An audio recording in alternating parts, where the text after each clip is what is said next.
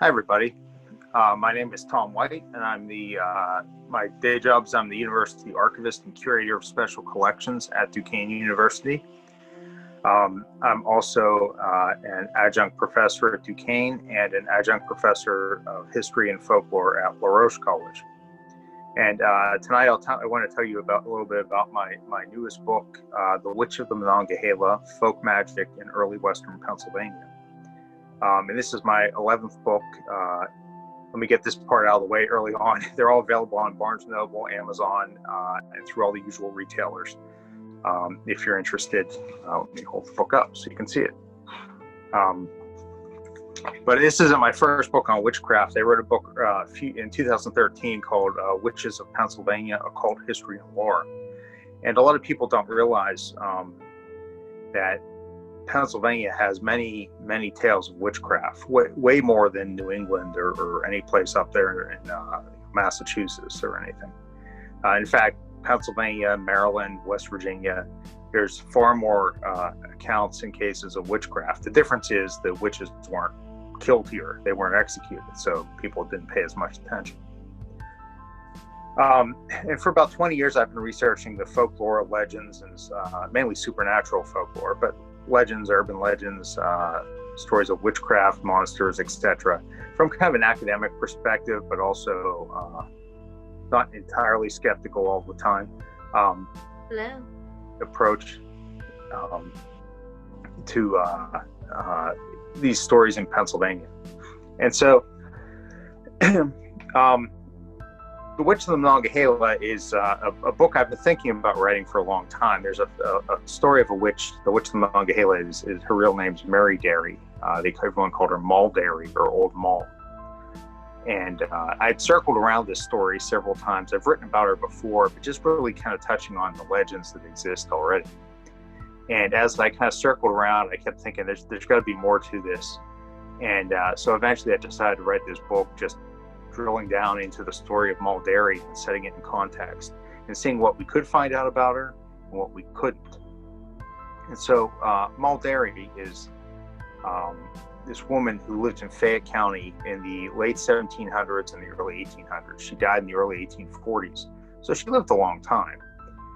And she's been associated with stories of witchcraft and fortune-telling and divination and folk magic in all the years since. And there's been many people that have written about her, or using a pseudonym for her. And she's worked her way into many stories and many tales, both fictional and nonfiction, in the regional tales, especially from that area in Fayette County, but also throughout southwestern PA. And Moll Derry was definitely a real person, right? But people said she could see the future. People would approach her if they needed their fortunes told, or if they lost something, say they lost money or an animal out in the wilderness, or anything, a loved one even. They were trying to find them. Someone disappeared into the forest. And so Moll Derry would help with these things, but she also could supposedly help with a little bit of healing. And I'll explain how that works with folk magic in a minute. But Moll Derry was also, known to have a temper, and you didn't want to get on her bad side. And, people said she could actually even fly in the air by rocking in a cradle. She'd launch herself in the air. Some people said she'd even fly on a broomstick, like a traditional witch. One of my favorite things about her is she could supposedly control all the rattlesnakes in the mountains near her home. And it's just south of Haydenton in Fayette County, which is south of Uniontown. And supposedly the hill she lived on was guarded by rattlesnakes that obeyed her command. But Moll Derry, was also, even though most of the time she helped people and people came to her for assistance, she supposedly, had this temper. And, if you crossed her, your bread may not rise, or animals might wander off or get sick. And there were a few people who really pushed her and ended up dead. And many of the legends revolve around these people. And so I think I'll start by telling you the legends as they're told today, before I kind of went backwards in time to explain them. So there's four main legends that she's associated with. One is the story of the three hanged men, and supposedly around 1795, Moll Derry, and she would have been younger at this point, was in the marketplace down near Haydenton. And some people say she was in the mountains, but there was a crowd around to witness this. And so she was supposedly in the marketplace, and these three guys started making fun of her supposed ability to see the future. And when she, she tried to ignore them for a few minutes, and finally she turned to them and said, "You're all going to hang." And of course there were witnesses to this, and everyone, they continued to mock her. But then a lot of people, took it very seriously. She gave them kind of the evil eye and walked away. Well, sure enough, about 6 months later, the first guy, his name was John Mcfarl, became the first man ever hung in Fayette County. And Mcfarl got into a bar fight, basically, at a tavern, which this was just some guy's cabin up in the mountains that he sold, alcohol at. And he was basically kicked out because he was too drunk. Went outside, they locked the door, and he got angry, pried the door off its hinges, ripped the door off, and went in the tavern and beat the owner to death. He was sentenced and hung very quickly. The second guy, who I'll get to in a minute, he helped murder a peddler, and then he fled to Ohio after he committed the murder. Shortly thereafter, he also got in a bar fight, killed a man in Ohio, and then was sentenced to hang, in which previously he confessed to his name was Ned Cassidy. He confessed to the murder in Fayette County. Right after that, the third guy, who they don't really know his name, some sources give him a name, but the third guy heard about the first two, went to Greene County and hung himself. And so everyone that was there or talked about the legend thought that it had come true, and Moll Derry had cursed these men. Well, there's a side story for that Ned Cassidy, the second guy, and that involves the Murdered Peddler. And see, this Murdered Peddler, being a peddler was a dangerous job back then. You're traveling from town to town, selling goods, in colonial America or early America, and you're carrying all that money with you, so you could potentially be robbed or murdered for your money. Well, these two guys, this guy named John Updike and then Ned Cassidy, of course, met this peddler who was coming through Fayette County. And he actually knew John Updike from back in New Jersey. Well, Updike invited him to stay with him, and they sat and they drank for a while.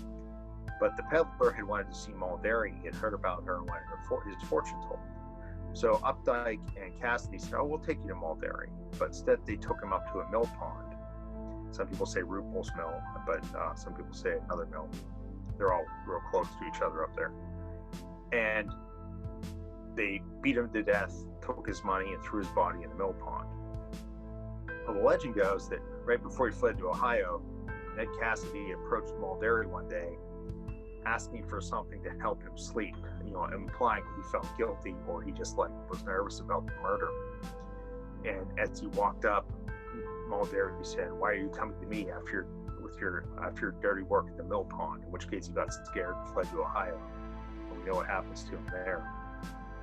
The other guy, John Updike, suffered a worse fate, perhaps. At that time, Moll Derry supposedly had an apprentice named Hannah Clark, who she was teaching folk magic to. And Hannah one day received a visitor from one of the councilmen from Haydentown, and he came down to visit her. And he saw on the back of her door, and she lived just down the road from John Updike.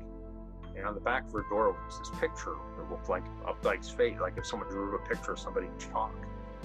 And there were two nails tapped into it. And he thought that it was weird, and he asked her what it was, and she said, "That's a picture of John Updike." And she said, "He's the one that killed killed the man they found in the pond. Every time I tap these nails, his head's going to hurt worse and worse. And eventually he's going to confess." And so the guy didn't believe it at first, but out of curiosity, on the way home, he stopped at Updike's cabin, and Updike was complaining about a headache. Well, He made a point every couple days to come back to see what was going on. At first, he'd visit and see where the nails were, and then he'd go up to visit Updike. And sure enough, Updike was getting worse and worse. This continued for a long time until the nails were almost the whole way in. And finally, he went up to see Updike, and Updike confessed to the murder. In which case, the man ran back down and told Hannah Clark, and she said, "That's great." And she picked up the hammer and drove the nails in the rest of the way. The man ran back up and found Updike dead. And so that was the second story, the story of the murdered peddler. The third story that Moll Derry is associated with, sometimes under the name Moll Pride, and they used to say she had all these aliases because people who wrote about her during her lifetime were afraid to offend her. But supposedly Moll Derry warned young Polly Williams not to go to the White Rocks with Philip Rogers. Now, the story of the White Rocks is another classic Western Pennsylvania legend. What happened is young Polly Williams worked as a housekeeper in a house, in the wealthier house, and next door was a young man who was fairly well-to-do, and he had taken a liking to this housekeeper, the neighbor's housekeeper. And even though they had the class difference, he continued to promise to marry her and take care of her and all of this stuff. But as time went on, it looked like they were going to get married, and so Polly's family moved out west further. And she stayed behind to get married to him. But a year passes, another year passes, and finally, Polly, by around 1810, is frustrated, and she's out walking with her friend one day, and they bump into Moll Derry. Moll Derry warns her, and the famous line from the fictional, one of the fictional accounts by Hill, a guy named A.F. Hill. The fictional account says that they asked her, "Does she tell fortunes?" And Moll Derry replied, "Yes, and misfortunes too." And she basically told the fortunes of the two young women. And supposedly she warned Polly Williams not to go to the White Rocks, which is like an outcropping made of white rocks, of course, in Fayette County, with Philip Rogers, or she'd die. And at first she's a little bit rattled. But a little time passes, and finally Philip Rogers comes up to her and says, I want to get married. I got the minister. Let's go. Get your dress. They took off, and he leads her up to the White Rocks. And at this point, she was just so happy to get married, she didn't question it or didn't resist. Well, nobody knows exactly what happened, but the next day they found her crumpled body at the base of the White Rocks. It looked like she had been hit in the head first and then thrown off. Philip Rogers was put on trial, but not found guilty because they had no direct evidence. He eventually moved further west into Greene County to get away from the town because everyone was suspicious of him. And so Polly didn't heed the warning and paid the price for not following the warning. Since Halloween, I also tell you this, supposedly you can see Polly Williams' ghost up at those White Rocks and near her gravesite, which isn't that far away. The fourth story that's commonly associated with Moll Derry takes place a little bit later, and this is, I'll explain this later, but it's in 1856, which obviously I told you she died in the 1840s, so it couldn't have actually been her. But under the name Moll Wampler, or sometimes Moll Dell, Moll Derry supposedly made a failed attempt to find the lost children of the Alleghenys. Now, again, the lost children of the Alleghenys is another famous story from Bedford County. It took place in 1856 when these two young children wandered away from their family's cabin and got lost in the woods. And they, in fact, I have a map here of the area. It was near Pavia, in Bedford County. It was actually a marker. I'm just going to do this because I'll hold it up the screen so you can see this whole map. But that's the area in which the lost children would eventually be found. But they were the children of Samuel and Susanna Cox. And the children the mother thought they had followed the husband off to go hunting. He thought they were still at the cabin. It was April, but it was a cold April in 1856, and they wandered off. And for a long time, they searched for the children. A couple of days turned to weeks. The community even accused the parents of killing them. Some members of the search party decided to turn to get the help of a witch to find the children. They contacted supposedly Moll Derry, who used an Erdspiegel, which was basically, it means earth mirror. Basically, it was a dark mirror in a bag of earth. It functioned like a crystal ball, so the witch would look in the bag and people would see where the children were. Well, Moll Derry was ultimately unsuccessful, although the children were found by supernatural means. On the other side of the mountain, a young man named Jacob Dibbert had a dream 3 nights in a row of walking through the woods and finding a log, then a shoe, and then the bodies of the children frozen. And he told his brother-in-law, Harrison Wysong, and Dibbert wasn't familiar with that side of the mountain, but Wysong was. And he agreed to take him over there, and sure enough, they found the log, the shoe, and the bodies. That story actually, folk musician Alison Krauss performed a song called Jacob's Dream, which is about that story. So anyway, those are the 4 core stories about Moll Derry. Now, Derry, though, as I already told you, obviously couldn't have been alive in that last story. So what I do in my book is I kind of look at the stories and how they evolved. And one of the things that I discovered is that Moll Derry is actually, although Moll Derry was a real person, Moll Dell, I mentioned that Moll Dell, she was a real person. Moll Derry might have been a real person. And what happened in the mid-20th century, all their stories and earlier, their stories started to merge in popular tellings. So instead of there being 3 witches, there was 1 witch. And that's, I spend a lot of my book kind of dissecting how that happened. But before I get into any of that, first let me explain how folk magic worked in Western Pennsylvania and in general in Pennsylvania, and really still works around the world. So the idea of folk magic, we kind of think of witches, we get these kind of stereotypical Halloween witches in our mind, it's that time of year especially. But witchcraft, and this isn't, let me state this isn't modern neo-paganism like Wicca or anything like that. That's, even though they use the term witch, that isn't what I'm talking about. I'm talking about historical witchcraft as viewed kind of in Europe and then in early America at that time. The modern neo-pagan movement emerged after 1949. But anyway, often people confuse what I'm talking about. So anyway, this kind of traditional ideas of witchcraft evolved over time. This was common from Europe and in the Americas. So the idea was that there's an evil witch, and a witch basically is someone who threatens the social order using folk magic, right, or magical means.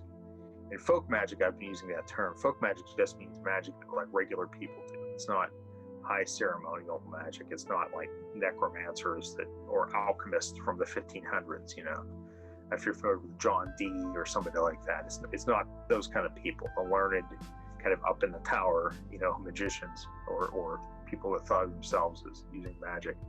This was the kind of magic used by common people.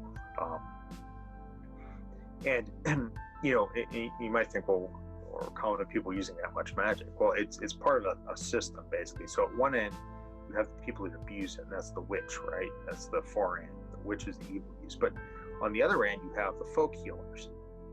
And they are people that usually combine what we would consider folk magic, or like magical incantations, with prayers, charms, herbs, amulets, paper amulets, regular amulets, and a variety of other things to try to heal people, find lost items, prevent hexes and prevent curses. And that's what the folk healer did, right, on that end. And that was often like the old grandmother or something. Although in Pennsylvania, practitioners of folk magic were basically evenly split between men and women, although women were still more likely to be publicly labeled witch. The thing is, there's an in-between category, and that's what they call, in Eastern PA, they eventually called it a hex doctor among the Pennsylvania Germans. In Western PA, they called them the witch master. And now, I should, this person is basically an in-between. They know the folk healing. They usually do the folk healing, but they know enough about witchcraft to stop it. They're more powerful at stopping it. And sometimes they can even kill the witch. And maybe for the right price even, they can do a little witchcraft themselves. Or at least, use some curses. So the idea is that, I should say this, that there's a strong German tradition of witchcraft in Pennsylvania and folk healing. It's they call it powwow out in Eastern PA, the folk healers, in Central PA, among the Pennsylvania Dutch. But it was common throughout the Germans, and the English had their own version too. Their folk healers were called the cunning folk, like, that they were kind of outwitting things. And most of the time, like I said, these used a combination of prayers, and they would use Bibles. Sometimes it's like talismans. They would use magic, things like, I don't know if anybody's ever seen a Satori Square. Let me find the picture of one here. But for an example of how folk magic would work would be, a Satori Square is like a Latin palindrome. They're not even sure exactly how common or the original source of it. Like this is, you see this, the bottom of the page here. That is a Satori Square, right? You might inscribe that, say, for example, on a plate, right? And you keep that plate near your fireplace. If there's ever a fire, if you toss that plate into the fire will go out. Now, it might just go out because you threw a big heavy plate on it, but the idea was that it did that. And so folk magic worked through these principles of contagion and transference, right? So the idea was all bad stuff was caused by evil. And you could like catch it, even if you weren't, not intentionally. It could be transferred to you. It could be given to you by a witch or a hex, or you could accidentally kind of catch the evil. But at the same time, it could then be transferred away because it was contagious and could be transferred. You could send it away, right? So you could transfer it out of you. A classic example of this, and some of you may have family members or old grandmothers that would tell you this, that you could remove a wart with a potato, right? Like you rub a potato on a wart and make the wart go away. That's actually part of an old folk magic tradition. Like it was a charm, basically they call it. And basically what you do is you cut a potato in half, you rub it on the wart, you'd say 3 times, like maybe in the name of the Father, Son, Holy Spirit. And you do it 3 times, and you take that potato, you'd either ritually bury it, so like basically you're putting it underground, you throw it in running water, which would trap the evil in the water, or you'd feed it to swine. And because in the Bible, Jesus transferred evil spirits into the pigs. And so like things like that would be an example of how folk magic was thought to work. And there'd be dozens and dozens of paper charms. There's charms for protecting against people larger than you, for trapping thieves, for curing various ailments, charms against firearms, charms on firearms to hunt, but a lot of charms to protect you from witches and curses, right? So the witches, just like practitioners could defend themselves using this folk magic, a witch could harm you using the folk magic. So a common example of something a witch might do is they might shoot what they call a witch ball into your cattle. Now, that sounds ridiculous, but basically what that was is and a lot of these deal with agriculture, because obviously agriculture was the primary economic source of income at that time. But a witch ball was basically a hairball in the stomach of like a cow, and cows can't vomit. So like they didn't understand why cows would get hairballs in their stomach and die. We do today, obviously, but back then they didn't, and they'd find this like ball of hair in the stomach, so they thought like a witch hexed it. And then if you found that, you could actually hex other people with it, they believed. But that was evidence a witch was after you. Another thing a witch might do is steal the milk from your cow. And how they might do that is maybe take a hair from your cow or pick up dung from your cow out in the field. And they go home and they might say an incantation and wrap the hair or the dung in like a dish towel, hang it over a chair and put a bucket underneath and start milking it like it was a cow. And what people believed is the milk would flow into that bucket. Your cow would go dry miles away. And so it's all this idea of transference and contagion, much like how a voodoo doll works in the movies. That's actually exactly right how folk magic works. Although in Pennsylvania, they weren't using voodoo dolls, but it's the same principle. Something represents something else. So there were also all these ways to fight back against a witch. Witches could be harmed by the silver bullets, but you didn't have to shoot the witch. You could sometimes shoot a drawing of the witch. And I have some story about how whether it be witch, like up in Warren County, there was a famous witch hunter named John Mayer, no relation to the musician. But he would basically trace your outline. He'd light a candle and let the shadow of you fall on a piece of paper, and he'd trace the outline of the piece of paper. It'd have you move out of the way, and it'd shoot the piece of paper with the silver bullet in your outline. And wherever the witch was miles away, the witch would supposedly die.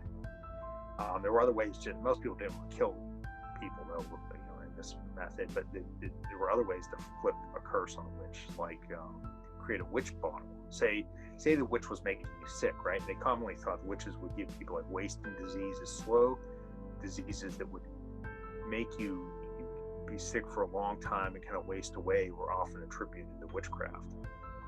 And so one of the things they would do is like maybe have you make a witch bottle, right? It sounds disgusting, but they might have you like urinate in a bottle, then put like 3 or 7 pins in the bottle to represent your pain, and then cork it and seal it with wax. Then what they do is put that inside another container and seal it entirely. And supposedly then the witch would be in misery until they came to you and asked you to open the bottle. And at that point, you kind of broke their hold over you and they couldn't hurt you. So these are just a few examples, but they had charms for making like basically magic wands. The whole idea of a magic wand comes from like water witching or dowsing, as we call it, where they make wands to find water and minerals. There were all kinds of methods of divination, healing, charms.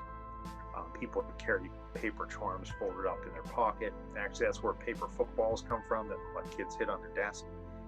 In elementary, I don't know if kids still do that, but when I was in elementary school, people would fold up little triangles and flick them at each other and then put up their fingers like goalposts. Well, those things, that's how they used to fold up paper charms, and there'd be something written on there that was like for protection. Put it in your pocket. Sometimes they'd even feed it to cows to protect them from witchcraft. But anyway, I have dozens of other examples of these types of methods of folk magic and how they work. And people don't realize how widespread this was. There were literally dozens and dozens of cases in Western PA, let alone hundreds in the whole state. And I actually talk about other cases in my book, The Seventh Tome. I'll just give you one example. In Somerset County, there was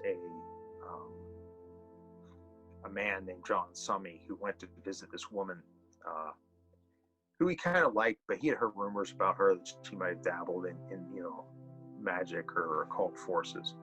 But she was her husband had died, and she was alone with several kids. He traveled all the way around this mountain to go visit her one day. And he got there around noon, stayed all day. She insisted he stayed for dinner. He stayed for dinner. She wanted him to stay all night, and he just said, no, I have to get back. And he said that she gave him this cold stare. Was very angry, and then said, fine, go on your way.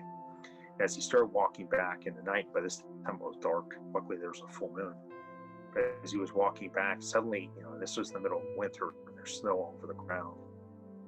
Suddenly these geese start to circle around him, this big flock of geese, and it's dark outside and they land nearby. Something about them unnerves him. So he picks up a stick and throws it at them. He said they all disappeared. They didn't fly off, they just vanished.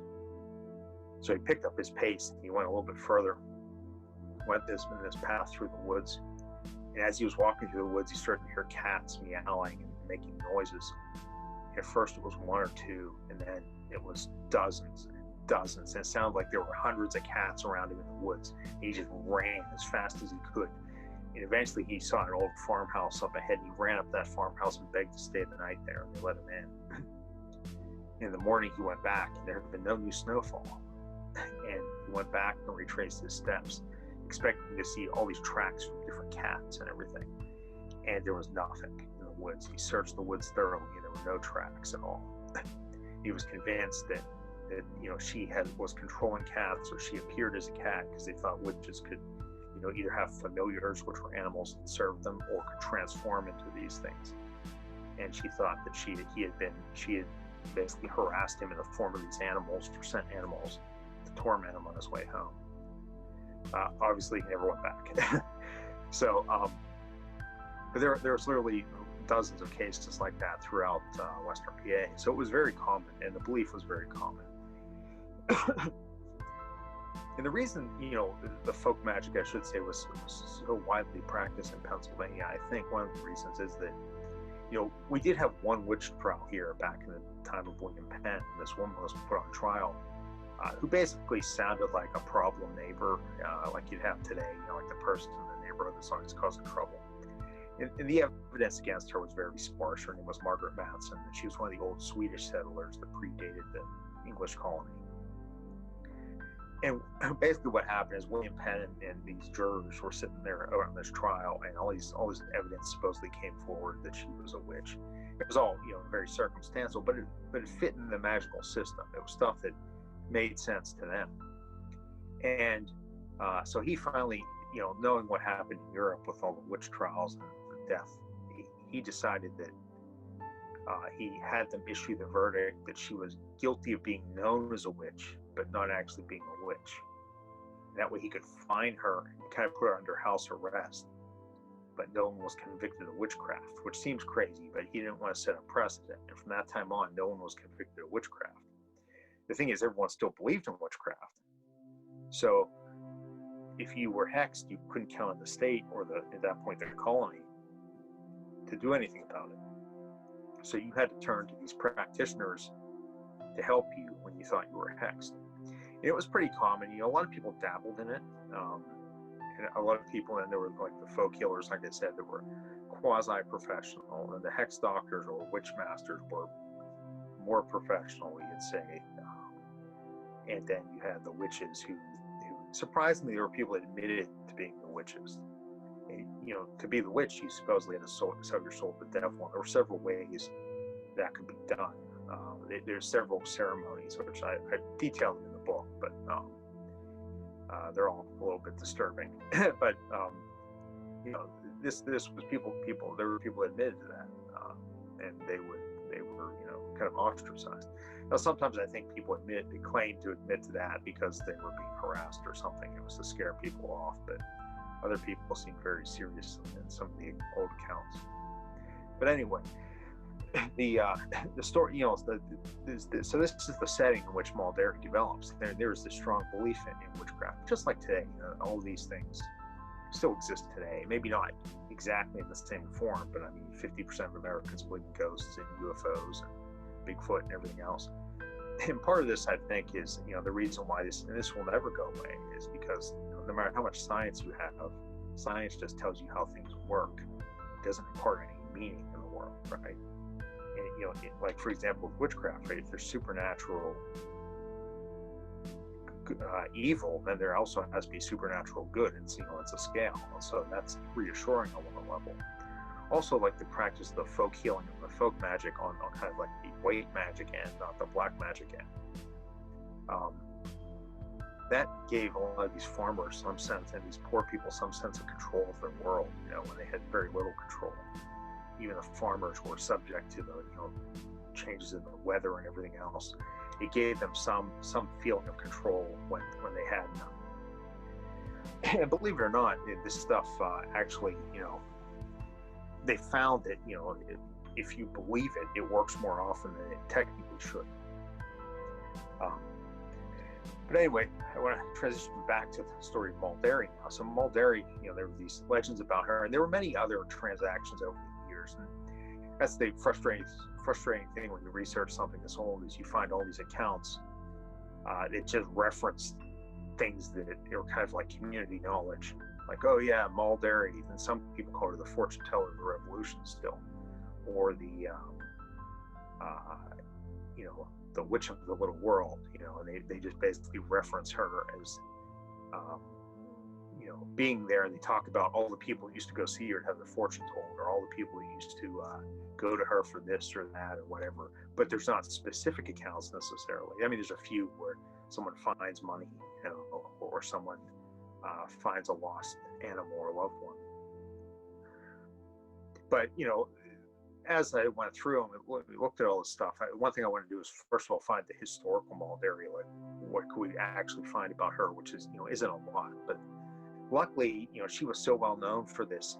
Back in the 1800s, there were a couple of newspaper articles about her and her husband. Her husband was actually fairly well known as well. He was now he didn't live quite as long, but And her son carried on this tradition, Basil Derry, who also lived for a long time in Fayette County.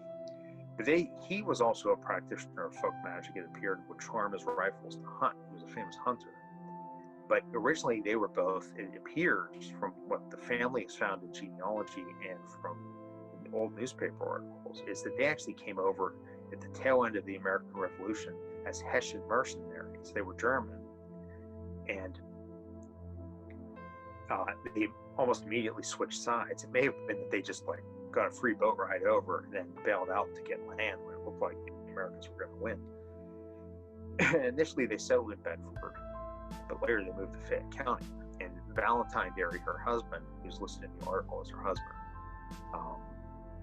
there was this article called The Mountain Hunter. Like I said, half the article is about Valentine Derry. It talked about him coming over as a Hessian and being in General Morgan's army. And then all of his skills at hunting, he would they described him walking in circles in the woods, and then just the animals would stop and he'd shoot them. Well, that's actually a magical ritual. They probably didn't realize they were describing it at the time. But then the second half of the article dealt with Moll Derry, his wife, who was known as the fortune teller of the Revolution, and it described how she would read coffee grounds and tea leaves in people's cups, among other things. But the interesting thing is they threw the line in at the end where she thought to have, many believe she made a pact with the devil or something to that effect. So even very early on, there's this idea that somehow she was a witch or connected to the devil. So, later accounts like her son, years later, also, mentioned that he was the son of the fortune teller of the Revolution. We don't really know how she got that name, but clearly she was good at predicting things, and these are some of the stories that are lost. So you might think, how is the fortune teller evolved into the witch? Well, we talked about those stories earlier, and I spent a good portion of the second half of the book looking at all the accounts, every account I could find. So looking at each story one at a time, and I'll just give you a quick summary of this, but basically the story of the three hanged men, most of that is true. The catch is, and I should say this, most of these stories became popular, how I first learned them and how other writers learned about them and how they ended up on the internet, was through the writings of George Swetnam, who was a folklorist historian. He kind of did stuff like I did, except he worked at Pittsburgh Press. He wrote several books on Western PA, and in the early to mid 20th century, he compiled a lot of this information. And it appears he's the one that also compiled and thought that Moll Derry, Moll Dell, and Moll Wampa were all the same person. And one of the things he would actually do is accidentally cite some fictional accounts as historical accounts. So, an interesting article that he cited way back was, he misinterpreted that, and it's actually interesting because the newsprint of the article, which is probably what you saw, is very blurred, but he thought of one word, when Ned Cassidy came to Moll Derry to ask for something to help him sleep. And the response that he wrote in his book was, "Why are you coming to me for a potion, after your dirty work at the mill pond?" And okay, potion makes sense. It actually doesn't say "I" in front, like people always insert the letter A. It just says, "Why are you coming to me for a potion?" But instead, the original article says, "Why are you coming to me for poison?" And essentially,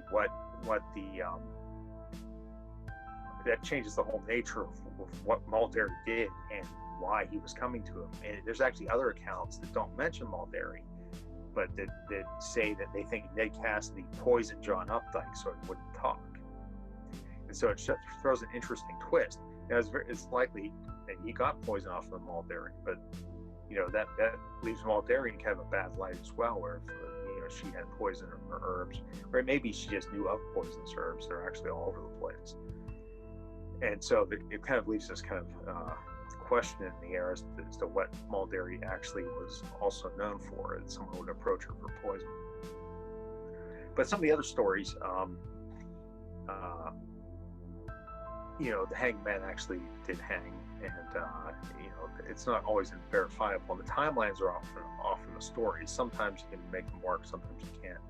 But the other interesting one is the story of Polly Williams. And the thing is, a lot of these writers back then, a lot of these writers in the 1800s, even the ones that wrote fictional accounts, like A.F. Hill, he was using real events but fictionalizing them.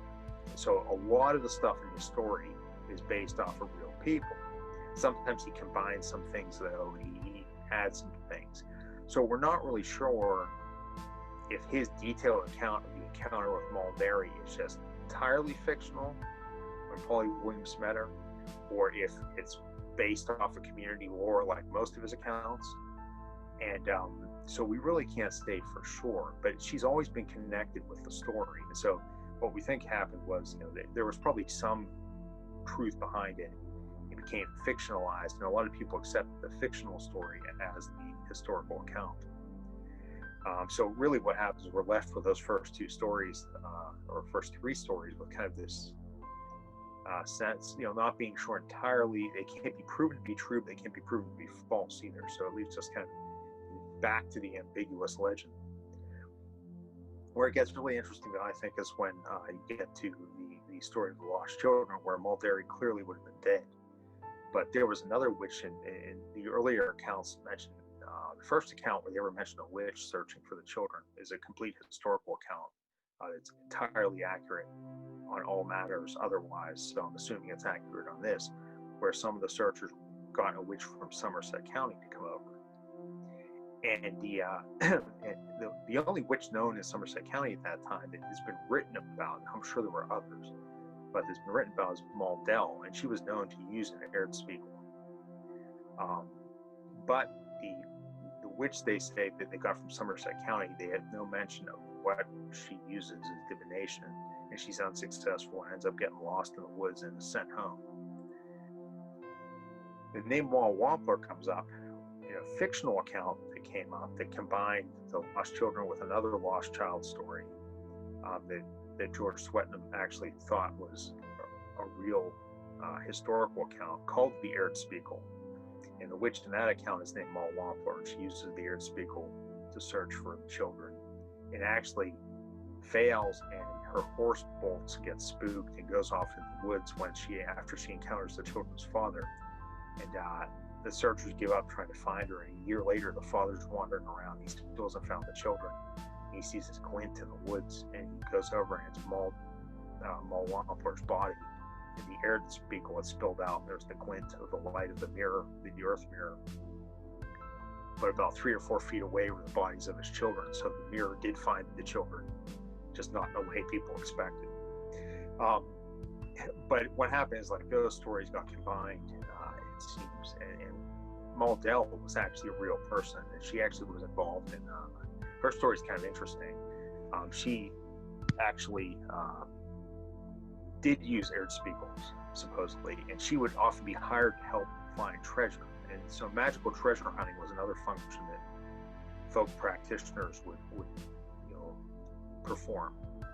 That has a whole history under itself.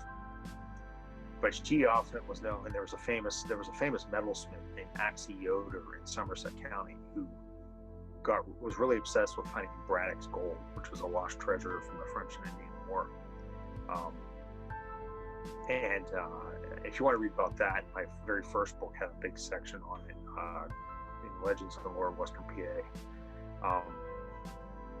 But Braddock, she supposedly led this Axie Yoder and his friends on this hunt for Braddock's gold. He kept moving the location and telling him that the earth gnomes, basically the earth spirits, the Erdgeist, kept moving the treasure when he almost found it. He kept paying her all this money to find the treasure, and she basically led him on a wild goose chase, digging holes all over Somerset County to find this treasure that wasn't there. But so Moll Derry had a really shady reputation, and both Moll Derry and Moll had a really shady reputation. And they were both Moll Derry and Moll, the fictional or possibly real Moll Wampler. We're not sure if she's based on a real person. There were definitely 4 or 5 Wamplers in Bedford County at that time. And so both of them are described as very hag-like. that description got kind of carried over to Moll Derry over the years. So what happened is all those stories and all those pieces, using the Erzspiegel and looking for the treasures and all that stuff, got combined into the story of Moll Derry and told over and over again in the mid-20th century. So because people weren't really aware of the extent of the belief in witchcraft and folk magic, so it made sense that there was one witch, not three. But if you realistically think of it, the amount of geographical area, Fayette, Somerset, and Bedford County, you can't imagine an old woman walking across that distance in the early 1800s by herself. So the story then, it kind of loops back to Moll Derry. So, essentially what happens is Moll Derry transforms from this. And if you think about these stories too, the original stories, the three hanged men, the people that killed the peddler. I mean, Moll Derry really isn't acting much like a witch. She curses three bad men who basically are murderers. She warns a young woman about her impending murder, and then she tries to help find lost children. So this isn't really the stuff you associate with witchcraft. But she does fit more in that kind of witchmaster, hex doctor, middle ground. That really was ill to find. And that's probably how she was thought of in the community. She was this kind of person that could go either way. And we're so used to putting things in specific categories that it's either good or it's bad. And there was this, she was in that gray area, right? And trouble is, over time, as their legend developed, any type of folk magic and the belief in witchcraft in Pennsylvania continued for a long time, but in the progressive era, like the early 20th century, it became more criticized. Then out in York, PA, there was a murder over witchcraft, and it was looked down upon. So any dabbling in any kind of folk magic was viewed as evil, and so those people kind of automatically became labeled as witches. And so she kind of transitions from this middle ground into a witch in the stories. There's, and so the fortune teller of the revolution becomes the witch of Monongahela. There's an interesting kind of epilogue to the story of Moll Derry, where around the turn of the century, in 1904, actually, this doctor went into a hospital in in Illinois, and basically a mental hospital. He was a doctor trying to do reform. He found what was called a Utica crib, which were these like metal cages essentially that stick people in. Very inhumane. And they found this old woman like curled up. She couldn't even stand up straight. She had been in this thing for so long, trapped in one of these metal cages, and she had been there since around 1860. So imagine 44 years in a little cage, because she had been labeled as kind of unstable or insane at the time. And this doctor pulled her out to make her a case study of why we need to be more humane to the mentally ill. And it led to all these reforms. But that woman's name was Rhoda Derry. That was Moll Derry's granddaughter. And her granddaughter actually had been fine, and she had basically, they may not have ever met, but Moll Derry's son Jacob had moved out to Indiana, where she was born. Then they moved to Illinois. And sometime when she was around 17 or 18, she started to, she had been dating this young man, but his mother didn't like her, and people told her she put a curse on her, that the mother put a curse on Rhoda. And that over time, she started to become obsessed with witches, and she had, I'm sure, had heard all the family stories about Moll Derry. And her behavior became more and more erratic, and she started seeing witches everywhere. And she even started firing. She got a gun and started shooting at them inside the house, and nobody else could see them, of course.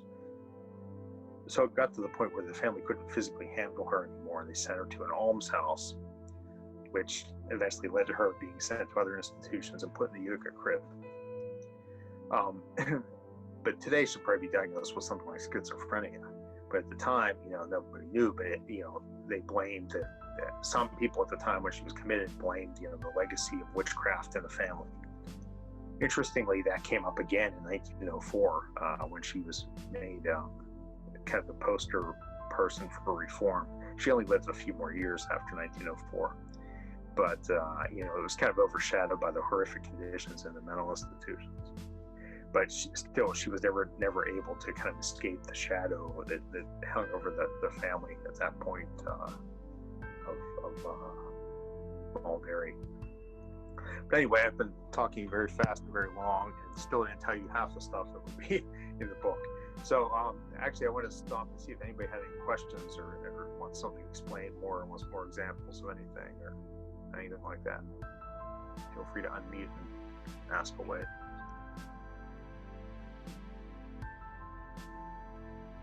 I've been researching kind of supernatural legends in Pennsylvania for, I guess, about 20 years now, and doing this. But the witchcraft itself, I'm not sure specifically the witchcraft what set me off.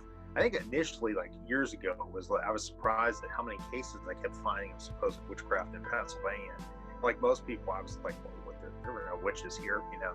Then you dig into this folk magic tradition. You know, I always knew there were like these old wives' tales and things, but you don't realize how interconnected of a system it was since we were removed from it. And then, you know, I mean, there were literally hundreds of these cases as I started doing work on it. I wrote my first book on witchcraft, but, you know, being from this area, the Witch of the Monongahela always seemed something that was very interesting to me because it was more local, you know. But yeah, I mean, ever since I was a kid, I was interested in all weird history, so that's pretty much what I've been doing since.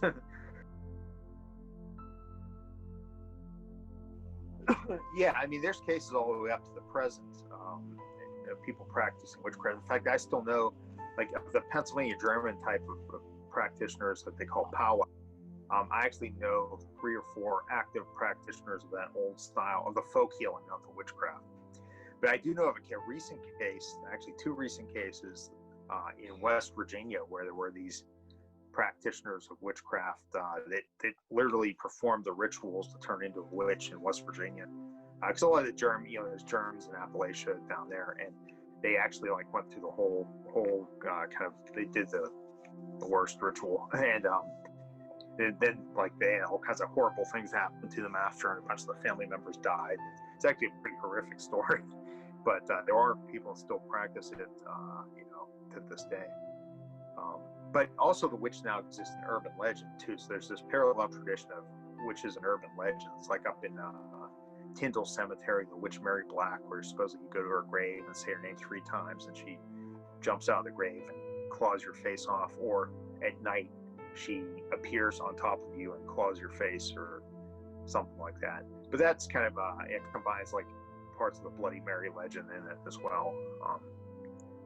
But yeah, there's definitely like this whole folklore, like urban legend tradition of witchcraft as well, as popped up parallel to the actual folk magic practitioners. Then you have the whole kind of New Age neo-pagan Wiccan arm as well. So that's something different, but it's kind of running parallel to the old kind of traditional witchcraft.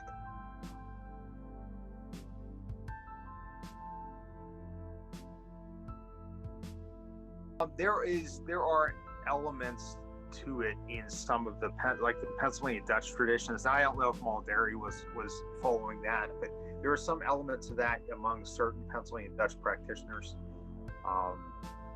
And you know, it's kind of more, you know, ties back to the old agricultural calendars and things, you know, the way things would work.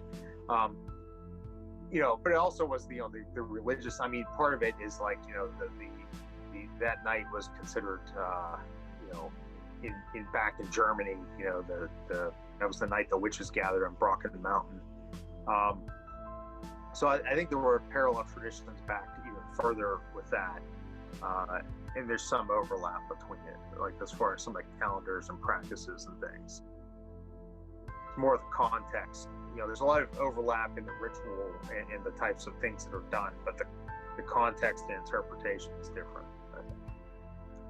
Like I said, the book, if you're interested, you know, it does have give examples of other accounts in Western PA. There's some from Mercer County, Venango County, the alleged witch trial in Allegheny County, and it certainly goes into more detail of everything I talked about tonight, more examples of how the folk magic worked among the Pennsylvania Dutch and Pennsylvania Germans in general.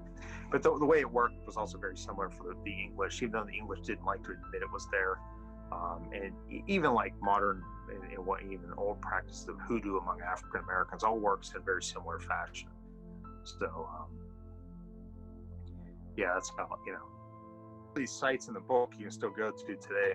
By the way, like the White Rocks, you can go up to those today. And I actually have several, like here's an old postcard that was in the book that actually the writing at the bottom talks about Polly Williams and the White Rocks.